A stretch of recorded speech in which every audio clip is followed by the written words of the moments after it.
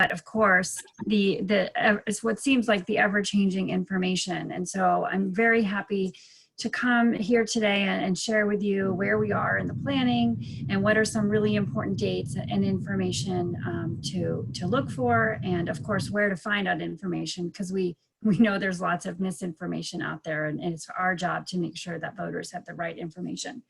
So we're going to just talk about the basics.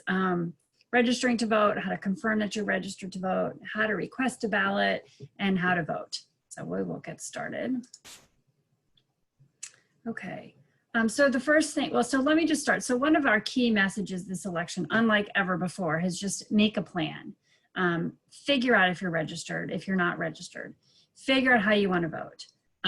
And then know what the rules are for that process. So that's what I'm going to cover today. So the first step, of course, is making sure that you're registered to vote. So the deadline to register to vote is October 13th. And you can do that online. You can do it by paper. There's a couple different ways to do that.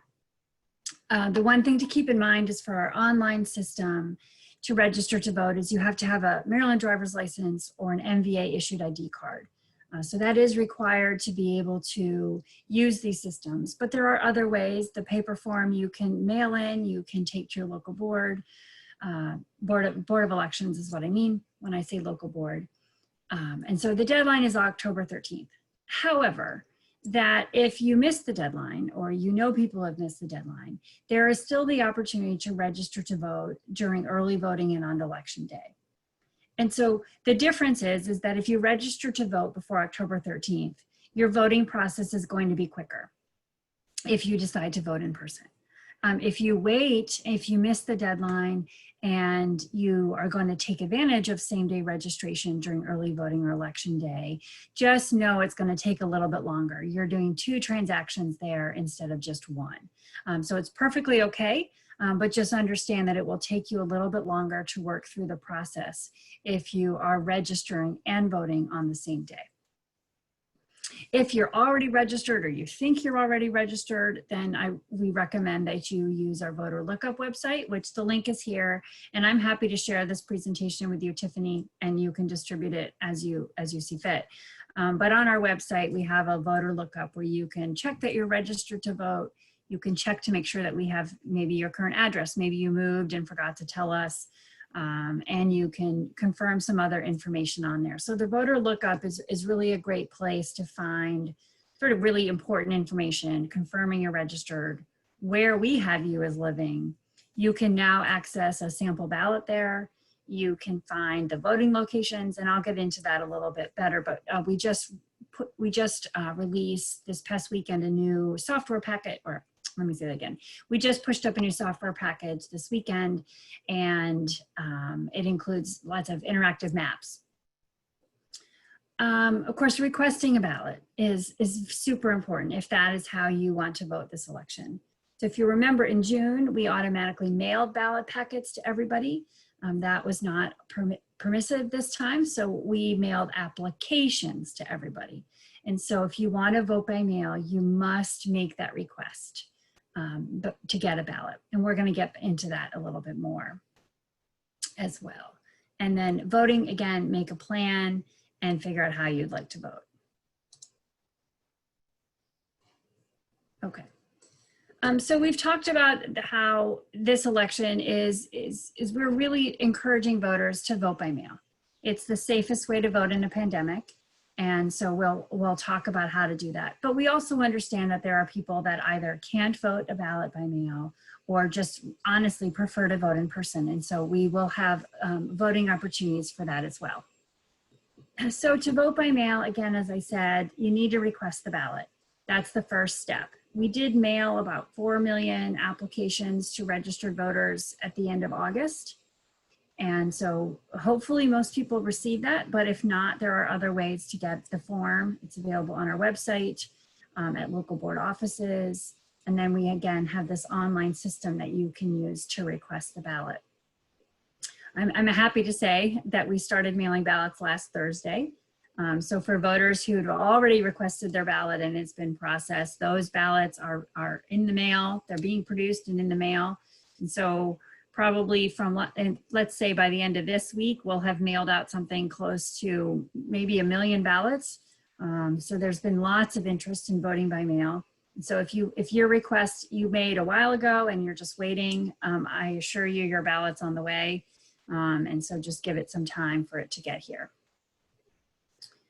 So if you voted by mail in June, which most people did, I just wanted to highlight one change from what that ballot packet would look like.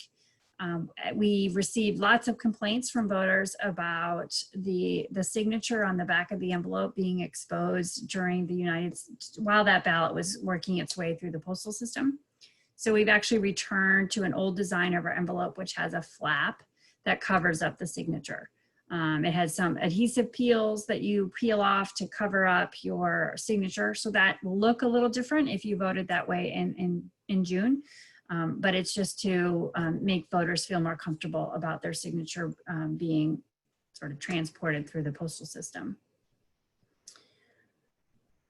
So in that envelope that I just talked about still has prepaid postage, so that continues. So it's already addressed for the local board and there's already prepaid postage on there. So if you got your ballot by mail, it will come with a return envelope with postage already affixed. If you receive your ballot electronically, which we do have some voters who prefer to do it that way, and we'll talk a little bit about the difference later, but though if you get your ballot electronically, it does not include the stamp. So to return the ballot, you can either put it in the mail. We've talked about it's no postage charges, or you can drop it off at one of the ballot drop-off boxes that we actually just started delivering this week. So the graphic there's a graphic of it that looks like that. Some have blue bottoms, others have white. There's no difference. It was just, we ordered all that we could for this election, and the manufacturer didn't have enough white. So we have some that are blue, but that's what it looks like. I'm sure you may have seen them in the primary. They were a big hit. About 13% of our voters used them. So we ordered more to be more available throughout the community. One of the things that we're hearing nationally is the difference between absentee voting and mail-in voting, and is there a difference or is there not? And so I can tell you for Maryland, there's no difference.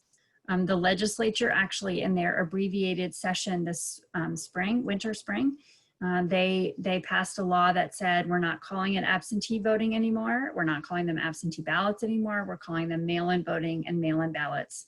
But everything else stayed the same. So it's just a name change. There's no difference in process, in audit, or anything. It is the same. So if you hear me say absentee, I'm sorry. I'm trying to break my habit, but I've been saying absentee a long time. But I think it illustrates that there is no difference. So mail-in voting is absentee voting. There's no difference. And as I said, we've called it absentee for a long time.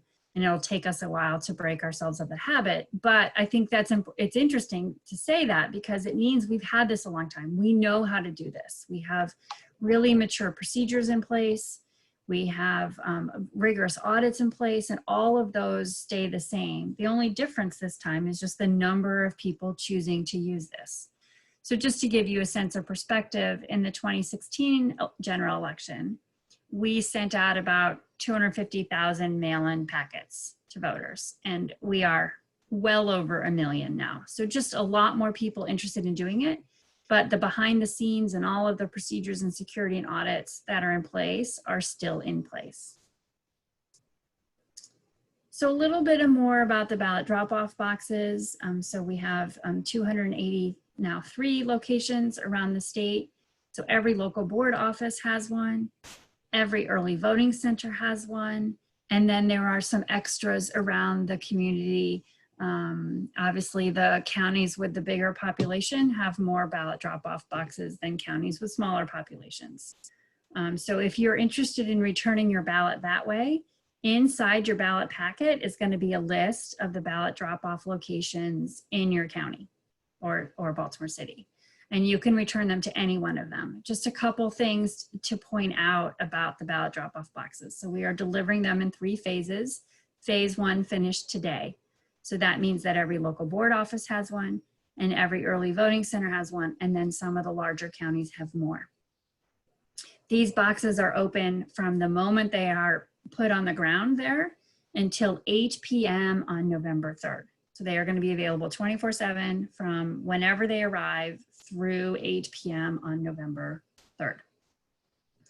The second delivery is scheduled in mid-October, and then there's a final delivery phase just before early voting starts. So if you get a mail-in ballot and on your list, just look at which ones are open when. It was just a question of, we ordered over 200 of these and they're just manufacturing them as fast as they can. And we just said we would take them as you get them done. And that's why this is in this phase. So they're open, once they're there, they're open until 8 p.m. on election day, and just make sure you're noticing what phase they're being delivered in.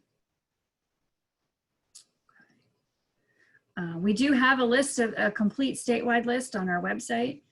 We have a whole 2020 election page that includes all sorts of good information, and one of which includes a statewide list of ballot drop-off boxes, so you can see them there. And then also in our voter lookup, we have, if you look up yourself, you can see a map of where all the ballot drop-off boxes in your county or Baltimore City are located, and you can find the closest one to you. You can find driving directions to that if you aren't sure where it is.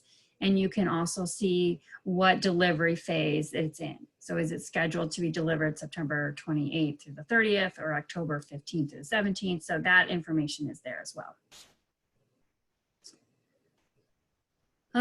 The local election officials empty those boxes at least once a day and take the voted ballots from these boxes into their, back to their office for secure storage and counting. So if this is a good option, if you're at all worried about the United States Postal System, certainly we've been hearing a lot about that lately in the news, but if you're at all worried about that, these boxes are an alternative to return your voted ballot. So in-person voting, I'm going to, I have a slide with more information on in-person voting. So I'm just gonna hold off on that. Keep talking about vote by mail because I have a slide with a lot of what I'm gonna say and it's easier, you can look at that. So again, we've talked about this. To vote by mail, you need to make sure you request it.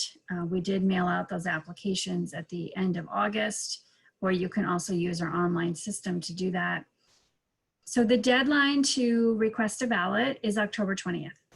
And that is what we call a receipt deadline. And that means that the local board of elections has to receive your request by the 20th. So if you put it in the mail on the 20th, that will not be timely. So we are encouraging voters to, if they want to submit their application by mail, is to put it in the mail by the 15th. Of course, you can take it to your local board office. We do expect voters probably to put them in the drop-off boxes.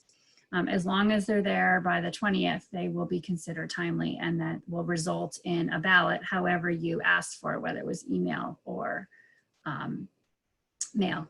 So here's where I wanted to talk a little bit about the difference between voting, getting your ballot by mail and getting your ballot electronically. So getting it by mail means we're going to deliver it to your mailbox. You can get it mailed to another address if you would prefer to be mailed to your PO box, or you're staying somewhere else and you want it mailed there, we can do that. It will come with an envelope that has prepaid postage on it. And the ballot that comes in that packet is scannable by our voting system. It is specially printed to be read by our voting system. If you get your ballot electronically, and there are many voters who like that option, a couple things. One, you have to be able to print. We do not have online voting. We have online blank ballot delivery, but you have to print it out and then you have to return your ballot. So no online voting. So if you want your ballot electronically, you must have a printer. Postage does not come with that, right? You're printing your own envelope. And so, or handwriting your own envelope. So you will have to pay for postage if you want to return that ballot by mail. You can use the ballot drop-off box, that's perfectly fine. Or you can take it to your local board. You can use the drop-off boxes. If you're going to return it by mail, you do need a stamp. And then the ballots, because our voting system has such strict tolerances for the ballots that it counts, ballots that we print from home can't be scanned by that. So what happens is that ballot gets recreated by a bipartisan team of election officials, and they will copy your choices on the ballot you printed at home onto a ballot that can be scanned. And so that is a more time-consuming process than if you are just scanning the ballot that comes in the mail. And so that is just information we're sharing with the public, encouraging that if you can get your ballot by mail, to do so. But if the electronic delivery is your only option, as it is for some voters, just know that you need a printer, you'll need a stamp, and that your ballot will be copied by a pair of bipartisan election officials to get it counted. Okay, so let's see what else we want to talk about here. So as I said, we have started mailing ballots. So I'm happy to talk more about that in the Q&A. And we do have 2 videos, one that's there now and the other one that's imminent, is a video on how to request a ballot. And then there will be shortly a video on how to vote a ballot, a mail-in ballot. So if you're a visual person and you like videos, those are 2 good videos that can walk you through the process. The how to request a ballot is there now. And again, if you want to vote that way, I encourage you to do that quickly, as soon as possible. The sooner you get it to us, the sooner we can process it, and the sooner we can get you your ballot, you can vote it and then return it. Okay. A couple of tips about voting by mail. Super important that you sign the envelope, sign the oath that's on the envelope. If you get your ballot electronically, it's a separate sheet at the oath and you put it in, but you got to sign the oath and you got to mail it on time. Those are our 2 most common reasons why we reject these ballots. Is first, because they're late. That's the vast majority of them. So they have to be postmarked on or before Election Day. So postmarked. So it's got to be, franked, canceled by the Postal Service on Election Day, or in the ballot drop-off box by 8 p.m. So timeliness, not being on time, is the most common reason why we can't count these ballots. And the second is no signature.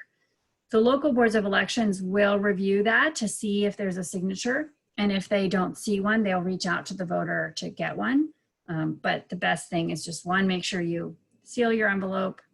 2, make sure you sign the oath, and make sure you get it back on time. And the drop-off boxes are a super great way to do that. Okay. So here's where all the, here's where all the details are about in-person voting. So I will just leave this up for a while and talk. So if you wanted to capture this. So recognizing that there are some people that want to vote in person, and there are other people that's their only way of voting. There will be in-person voting opportunities for this election. We will have 8 days of early voting, which is our normal period of time. It's normally 8 days, but the days that it's going to happen are different. So for this election, early voting is going to start on October 22nd and run through November 2nd. So that includes a weekend. And the hours are different. They're more hours. So it's going to be 7 a.m. to 8 p.m. So your normal election day hours are going to be your early voting hours. There are 81 early voting centers that are going to be open on those 8 days. And we have on our website also that list of those locations. And of course, anybody can vote in person as long as you're registered and eligible for the election. If you have requested, this is a common question we're getting, so I'll answer here, but I can go over it again in the Q&A. So the question is what happens if I ask for a ballot and by mail, and now I decide I want to vote in person? So you can do that. What's going to happen is when you go to vote in person, we are going to have flagged your record as that we've already sent you a ballot. So you already have a ballot for this election. And so what's going to happen when you vote in person is you're going to have to vote a provisional ballot. So you'll fill out an application, you'll fill out the ballot, you'll put the ballot in the application and leave it with the poll workers. And so once that comes back, they'll be researched and that will be counted as long as you did not also return your by mail ballot. So this is our way to make sure we only count one of your ballots. If you've already returned your vote by mail ballot, then that's the one that's going to count. If you have not, then we'll count the provisional. So I can go over that again during Q&A if you'd like. So election day is election day, right? November 3rd, 7 a.m. to 8 p.m., same hours. But the big difference about election day this time is the number of voting locations. Instead of having something like 1,600 voting locations, there's going to be 321. And reason for that is a couple things. So first of all, we had many facilities who were declining to be used, right? They are in senior centers, they are in churches, they are in retirement communities, and they just could not jeopardize the health of their community by having it open to the public. So we lost some facilities, and our poll workers were worried, and they declined to serve. And while the voting public has just been really remarkable in their response to our request for poll workers, we were losing more than we were gaining. And so understandably, we have less locations, we have less people. What's the solution? And so we are basically running early voting on election day, which means there will be vote centers, multiple vote centers in every county. You can vote at any one of those vote centers in your county. And the advantage of this setup is that these vote centers are larger. They are bigger facilities. It could be your high school, it could be your middle school, it could be FedEx Stadium, it could be Camden Yards, it could be large facilities that can process more voters in a safer environment. So my neighborhood polling place is very small. With all the poll workers and the equipment in there, they could probably only have 3 voters in that room at one time to incorporate social distancing, which is not very efficient. So by moving to larger facilities, we really can process more voters more quickly and in a safer environment. So that's the big change for this election day. If you're used to walking or taking the bus or driving to your local polling place, that one's probably going to be closed. So if you plan to vote in person, please look at the early voting locations, look at the election day locations, and find a location that's convenient for you, because it's probably not where you're used to going. For voters who plan to vote in person, we will be sending out, the local election officials will be sending out we call it either a sample ballot or a specimen ballot. You get this before every election, and included in that sample ballot will be the locations of all the early voting centers and the election day vote centers. So if you just want to wait for that in the mail, you can find out where they are, or you can also, again, visit our website or our voter lookup, where we have that interactive map where you can find out which one is closest to you.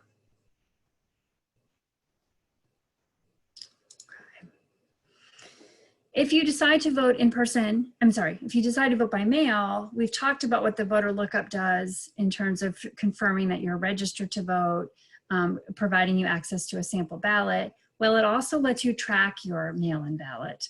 So if I were to go onto the voter lookup today, it would show that my ballot was sent, which it was because I got it in the mail yesterday.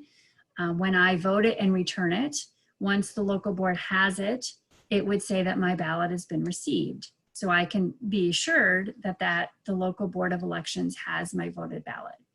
And then as they start counting ballots, once it's been counted, then the voter lookup will show that my ballot is no longer received, but it is hopefully been accepted. If it's been rejected, then it would explain to me why. So that would be an example of it was late, or maybe the oath wasn't signed and I didn't follow up on the call or email that I received from the local board of elections. So that voter lookup has a lot of good information and lets you track your ballot through the system, and encourage you to take a look at that. Okay, so that's sort of the mechanics of the election. I'm happy to go over all of that again in Q&A. It's a lot, I know. Hopefully I can again provide Tiffany with the screen. Wanted to share just a few minutes about the public outreach campaign that we've been working on. We have basically 6 messages that we're in different combinations, using them as we move through the next, I guess it's 35 days is what someone told me today. Right now, obviously the message is register to vote, request your ballot, but then we'll soon be transitioning into voting, returning your ballot, reaching out to people who are maybe not frequent voters. And so there's some digital messaging, there's print, there's TV, there's radio, there's grassroots. We have excellent stakeholders. Thank you for being one of them. and helping us share the word, because there's only so much that we can do, but we really rely on all of you to help us. And if you talk to 5 people, that is super important in helping us get the information out. So thank you. We couldn't do it without you. Our website, so I've talked about that a lot because it's just got the treasure trove of information. So we have an elections 2020 page where you can sort of navigate to all these different things. We have a voter guide, we have media statements, we have a social media and communications toolkit, which if you haven't looked at, it's a link on our homepage under hot topics. It's very lengthy, but it has links to all these icons that you've been seeing throughout this presentation that you can grab and please use. There's no ownership here.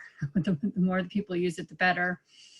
And so we encourage all of you to use our website as a sort of trusted information. That's been a hashtag that election officials have been trying to promote this election, is trust your election official. We are the source. We are the feet on the ground. We know what's happening. And if you have any questions about whether something is true or not, please come visit our website, your local Board of Elections website. We actually, many elections ago, created a rumor control page because we had people that were, is this true? Is this true? And so we actually created a rumor control page, whereas we hear things that aren't true, and we put them up there. Of course, the true stuff should already be on our website, but the rumors are not. And then we try to correct them. We're working on right now about the Electoral College and that do electors actually have to vote for the person that the people in their state voted for? The answer is yes. But we're trying to respond to those kinds of things as they come up. And I have the TV ad, which I hope that you all have seen. I can play it only if you want to. I have a radio ad too. We have been airing. And then we also, this is the image of what that video I talked about earlier, requesting a mail-in ballot. This is the video on how to do that. It's pretty lengthy, but it's very useful if it's a 101, you've never done it before and you want to make sure you're doing it right. There is certainly that there.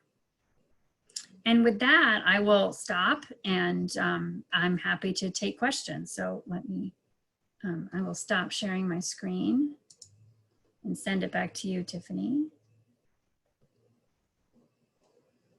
Hi, Nikki. I've been talking a lot, so I'd love to hear your questions. No, you're fine. Thank you so much. This is very important information as we go through the information in regards to voter suppression.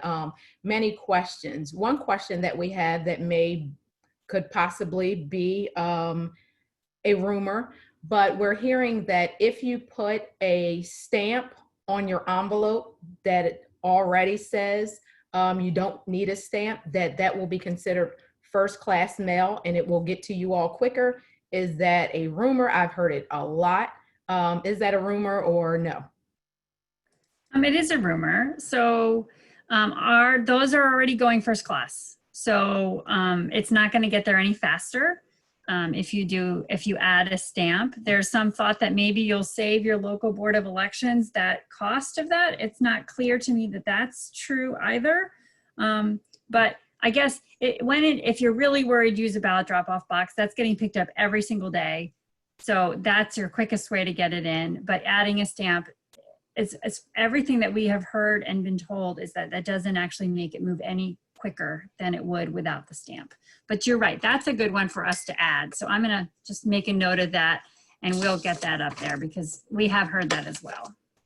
Okay, then we have a question from Miss Elizabeth Duverly and others. As soon as I'm done with the questions in the chat box, you can feel free to open up and ask Nikki any questions you have.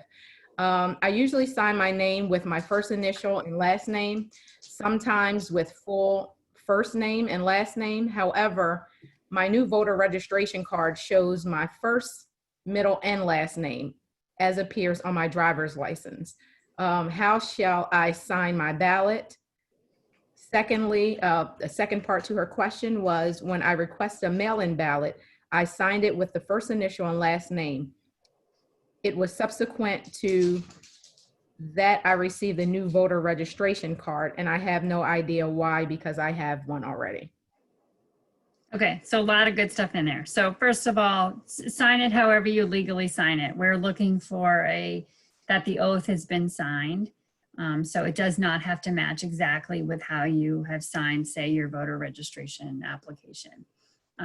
So the other part about, I lost the last part. The last part was when I requested a mail-in ballot, Yeah. I signed it. Why did I get the card? Yeah, so that happened to me too. And what happened was when I requested the ballot, I didn't put my middle name in the system. And so it treated as a change and generated a new one. So odds are you just made something slightly different, and that's what triggered the card. So no worries, no need to worry about it. You got an extra card, but it happened to me as well because I didn't put my middle name in. Okay. Please let me know if she answered your question. The second question comes from Ms. Little. Can you take your mail-in ballot into the election site on election day or during early voting? That's a good question. So good question. So during early voting, there's going to be a ballot drop-off box outside of every early voting center. Not every election day vote center will have a ballot drop-off box. So let me answer those in part. So early voting, yes, but we really, the point of having the boxes outside is to stop people from coming in who aren't voting. So just for the safety of everybody. So we'd recommend that use the ballot drop-off box that is outside. Again, it is being monitored. It is getting picked up daily. On election day, not every location will have a ballot drop-off box. So you can find the one that's closest to you. But you can take it in on election day and give it to a poll worker. But again, we're asking people to use the ballot drop-off boxes for that, so that we're reducing the number of people inside of a voting location to just those voters that need or want to vote in person. We're trying to keep everybody else out to keep everybody safe.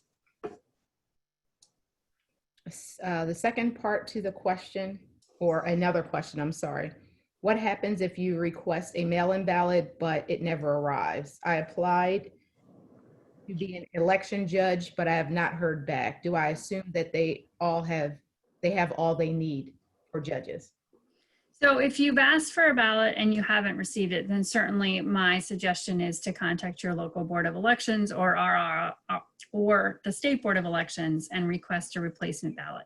Now, I would, if you've requested already, I would not do that yet. Like, we just started mailing ballots last week, and we've been mailing well over 100,000 a day. So we're working through the backlog, right? All these people that asked for ballots months ago all the way through, we're clearing those out. So if you've already asked for it, I would, one, check the voter lookup and make sure it shows that your application's been processed. That tells you you're in the queue. And then check back to see it's been sent. Now, if you've asked for it weeks ago or a week ago and you don't have it by the second week of October, then I think it's time to reach out and request a replacement ballot. If you haven't asked for one, so the process is you're going to fill it out and you're going to submit it either electronically or by mail. The local board is going to process it. Then we're going to send the file to the printer, and the printer is going to send it. So that's going to be a week or so process by the time you would get it. So again, our voter lookup site can be your way of watching that application and then the ballot move through the process. But if you've already requested it and you don't have it by like the second week of October, then I think it's fair to ask for replacement. After that, make sure you're giving about a week before you're making that request. On judges. So again, voters have just been extraordinarily generous with offering to sign up to be election judges, so much so that we have now more election judges than we've ever had before, which is wonderful. So what I would say to you is, if you haven't been contacted, it means your county is good.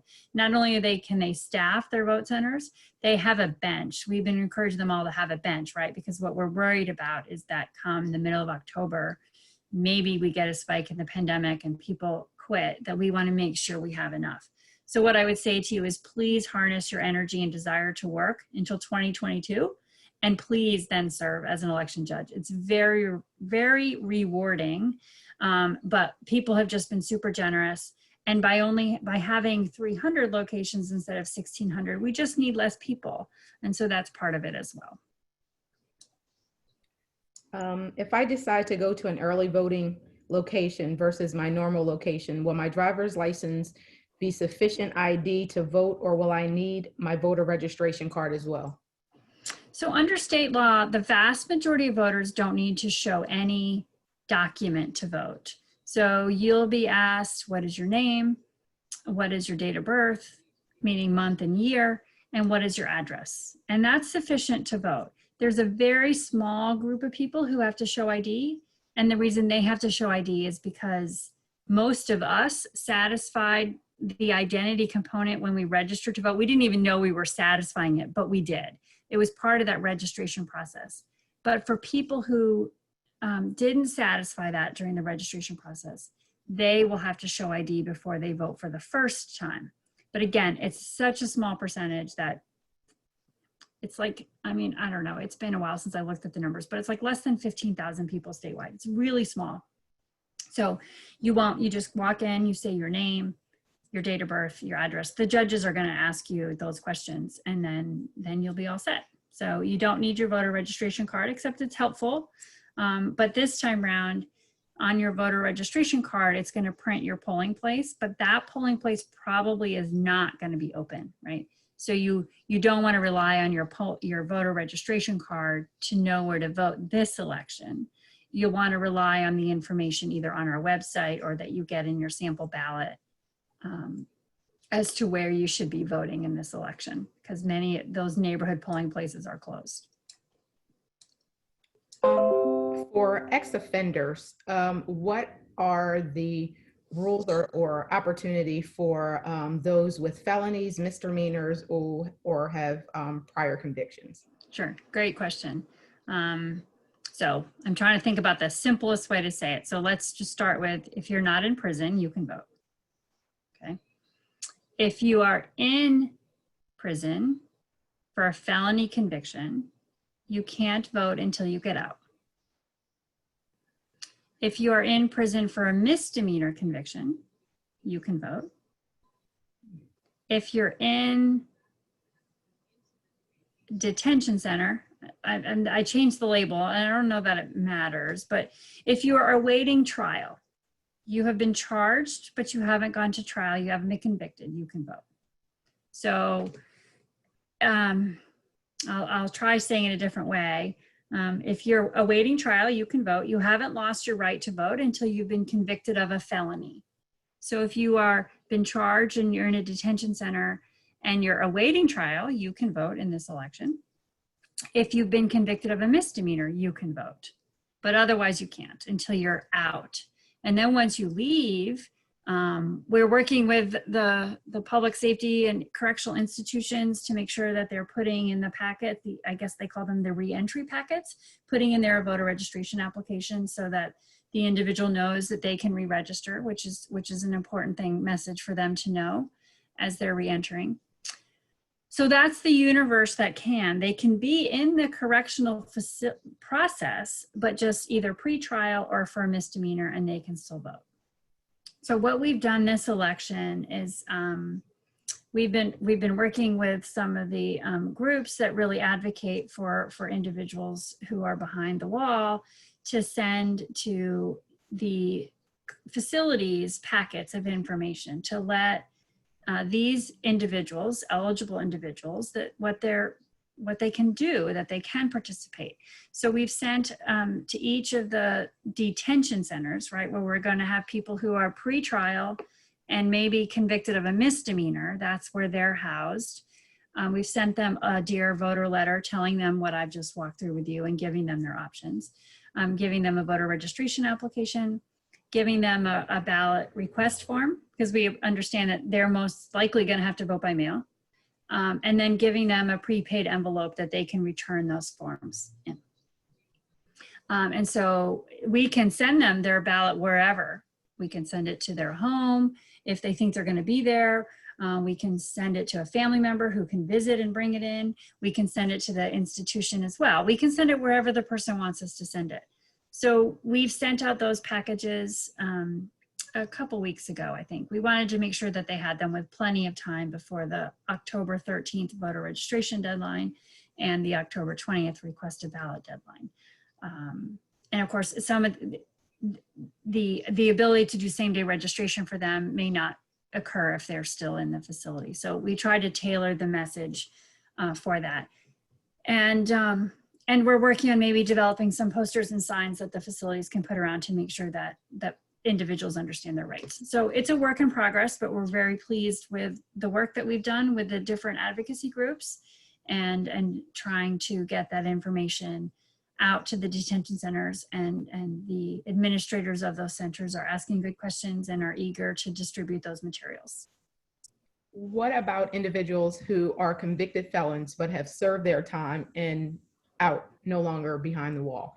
Do they have the right to vote? Mm-hmm. Yep, they need to re-register. But yes, so they can re-register and they can vote. Once they have left the prison, the center, even if they have probation or parole or fines, that doesn't impact. They can still vote even if they have those things. As long as they're out of jail, they can vote. Great. That's very, very, very good information. Are there any other questions? I don't see any more. I believe we answered all the questions in the group chat. If anyone has any questions for Nikki before we start to wrap up, you can feel free to unmute yourself and ask your question.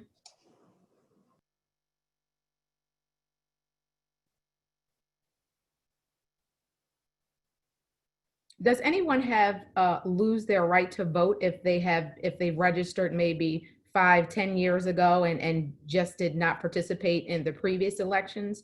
Do they have to re-register, or are they still in the system to just show up and register? So great question. So you are registered and you stay registered. Well, I'm sorry, once you're registered, you stay registered even if you never vote. Like you could have registered 40 years ago and never voted, and it's fine. Where this gets confusing and people like, oh, well, if you don't vote, you get kicked off the rolls, is it under federal law, there's a process that if we've sent you mail and it's been returned to us, we send another piece of mail, and if we get no response, we move a voter from what's called the active list, which is where most of us are, to what's called the inactive list. You can still vote, but it just means we don't know where you are. We've tried to reach you and we don't know where you are. You stay in the inactive list for 2 election cycles, so 4 years. And if you don't vote in those 4 years and we don't hear from you, then you will get canceled. But you're only in that status to begin with because we got mail back from you. So that's where it gets a little confusing. People think, oh, you don't vote for 4 years, you get kicked off. No, that is because we have tried to reach you and we don't have a good address for you. We give you 4 years to reconnect with us. And if not, then you'll be canceled. What that happens is that's people who have moved out of state, right? They've moved away. We don't know they've moved away because they haven't told us. And so that's what that process is established for under federal law. But if you haven't moved and you're getting our mail, then you can be registered for decades and never vote, and you're still going to be registered. Voting isn't a condition to keeping your registration active. Thank you. Another question, I forgot it, but Ms. Little's question is, if you have registered at one address and you are now living in another address, but you did not update your address info, can you vote where you are currently living? So the short answer is yes. I mean, the preferred way is to update your registration, and then we'll get you all sorted and located with the information where you currently live. In this election, you just want to vote at an early voting center or a vote center in the county where you now live. Now, I understand your question might have been you still live in the same jurisdiction, but if you had moved from Anne Arundel to Baltimore City, you would want to vote at a vote center in Baltimore City because that's where you live, and we want to get you the ballot for where you live. Because if you return to Anne Arundel, you're not a resident of Anne Arundel anymore, and you really shouldn't be voting for Anne Arundel contests. It could be a different congressional district, it could be the same. So if you haven't updated your registration and you go to your new spot, you might have to vote a provisional to update your address, but that provisional will count because you're voting the right ballot. Are provisionals any different than a regular vote? Not in the end. They are counted and included in the results, just like every other ballot. The difference is they're not counted on election day. They're counted after election day. And while people think that's bad, we want our ballots counted on election day. We always count ballots after election day. Our normal process in Maryland is counting ballots for 10 days after election day. That is normally when we count our absentee ballots. That is normally when we count our provisional ballots. So for us, that ballot isn't worth any more or less than a ballot that was cast on election day. It all gets put into the same bucket of results. This time around, because we, as I've said, we have over 1 million people who've asked for a ballot, the local boards of elections will start counting ballots. They can start up on Thursday if they wish. So we are starting to count ballots before election day, just because of the volume. Otherwise, we would be counting ballots maybe Christmas, I don't know. And we'll miss the Electoral College. And so we have to start early to get it all done in time. We have a hard deadline to meet the Electoral College. But those results won't be released until election night. And I'm happy to answer what election night results are going to look like. If that's a question you're interested in, what will we release? But in terms of, it's the same, it's an equal ballot. People think it's not, but it's an equal ballot and they're always counted. Even if the margin of victory is so big it won't matter, it's still a vote and we're still going to count it. One question you did ask that, well, two questions. I see a lot of other grassroots organizations on here that have participated. How are they able to get in touch with you or to also provide your presentation on their platform? Because I know it's very important to get into the communities where we have individuals that don't have access to, you know, this webinar, don't have access to Zoom, and it's imperative that we get this message to them as well. One, how can they get in touch with you for you to do that? And is there any, I guess, material or billiards that we can provide to the community that will support those individuals that are not, I guess, internet access? Sure, right. And we're aware that, you know, we can't always do everything on the internet. We miss a large group of people, and that's important that we have a diverse delivery method. So a couple things. So my email address is Nikki, Nikki.Charlson. So it's my name, the one that's on the screen with a dot. So Nikki.Charlson@maryland.gov. We have a PR team that is helping us coordinate these. And so Tiffany, I'm not sure if you want to share with the group, you know, how you coordinated this with me. You worked through the PR team, which was fine, and they asked me to participate. That's fine too. I'm going to get it and I'm going to send it to them. But if it's easier to reach me, that's fine. Okay. We're also doing, they call it something different. I call it lit drops, you know, flyer distributions in COVID safe ways through food distribution networks. In the primary, we also used a Hopkins network. So there are alternative ways to deliver this information that's not just solely internet based. And we have a large stakeholder group and distribution network. And again, I can add you to that if you want to get press releases and other materials. I assume, Tiffany, you get them, right? No, but I will. Oh, okay. Well, we'll get you on that too. So there is a way to get more information. And again, I would recommend checking out our social media and communications toolkit for trying to incorporate some of the images and any information that we have out there. So I can be your point of contact, or Tiffany can, and Tiffany, you and I can work together, whatever's easier. We'll make it happen. Sometimes my email gets a little backed up, so be patient with me and send it again. But I'm doing the best that I can, trying to get the information to the right people as fast as I can. One question in regards to voter suppression, we're getting a lot of social media posts where you'll see a big colorful envelope that says Trump something, you know, or Biden something, and they're not a part of your party. So, you know, you think it's literature and you rip it up, but there's actually your mail-in ballot or your request for a mail-in ballot within that. What are some things to look out for that you have been made aware of that maybe we have not? So what's been really interesting in this election, and sometimes the presidentials and the gubernatorials sort of blur together for me. that we haven't seen a lot of third-party third-party mail-in ballot request forms. Those are really more popular in Maryland for gubernatorial elections.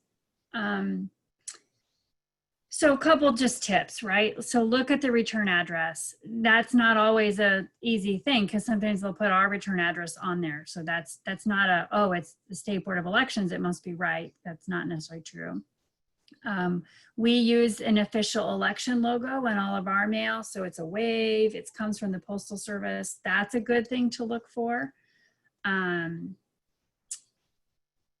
If it's from a campaign or a third party, somewhere in the fine print, it's going to have an authority line or it's going to show it's somebody else. Again, that's harder to see because they make it small, so it's harder to find. We are not seeing a lot of that in Maryland. I think it's happening around us. Good or bad, right? We're not sort of this challenged state, so no one's really paying attention to us, but it's hard to know, but you can always call and ask. And the other thing is pretty much anything you're going to get in the mail that's a form, we're going to have the official form on our website. So if you're in doubt, then just come to our website and use the resources and the systems on our website instead of this third party. Our ballots, so the only people sending out ballots are us. Nobody else should be sending out ballots. So if you get a ballot from somebody else, it's probably a sample ballot trying to encourage you to vote a certain way. Our return envelope has a purple stripe down the side. Purple is not meaningful of anything except there are only so many colors we can use from the post office, and blue and red right now are not good colors for election officials to use. So we have purple. So our envelope to return your ballot is purple. The envelope that came with the application had a purple stripe. So we're gonna probably start to try to brand that. So the purple will always be us. But the official election logo is a pretty good indication that that comes from an official election agency and not a party or a third, a political action committee or something like that. Are there any more questions?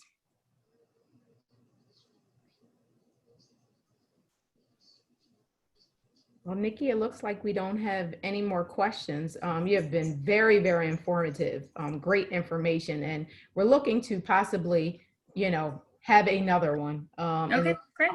Because I know that, like you said, from the last time I saw you, things have changed quite a bit. So your dog is behind you. But we'll definitely. He has taken over the bed. Like, at first, I had to invite him up. And then my daughter broke him of that, and now he just comes in and jumps up. And this is, he spends all day with me. He's letting you know at 7:30. You said you'd be done at 7:30. So. I guess. But no, so I am happy to do this again. I do think that our information is sort of 90, anything changes now is in the margins, and it's because something has happened, right? The plans are in place, and now it's just executing them. The ballot drop-off boxes, people seem very eager for, and just pay attention to what dates are next to them, because I would hate for voters to show up somewhere and it's not going to be there for 2 more weeks, right? And then we know that happened already in the last 3 days, but I'm happy to come back. So just let me know. Yes, definitely. We will have you back. I was actually looking for the boxes for the request for mail-in, and I couldn't find them. So now I know that you're only putting them out for the actual ballots, not. Sure. And we know voters are going to use them for that. We know that. And so it's going to happen. But we wanted voters to get their requests in before boxes got out, just so we can get them moving. But yeah, we know voters are going to put them in there, but they're primarily for ballots, but we get it. Great. So we don't have any more questions, but we really thank you for your evening, for spending the evening with us and enlightening us on the new changes. And we will definitely have you back before November. Thank so you. So much. Thank you. Thank you. Great job. We appreciate it. Thanks very much.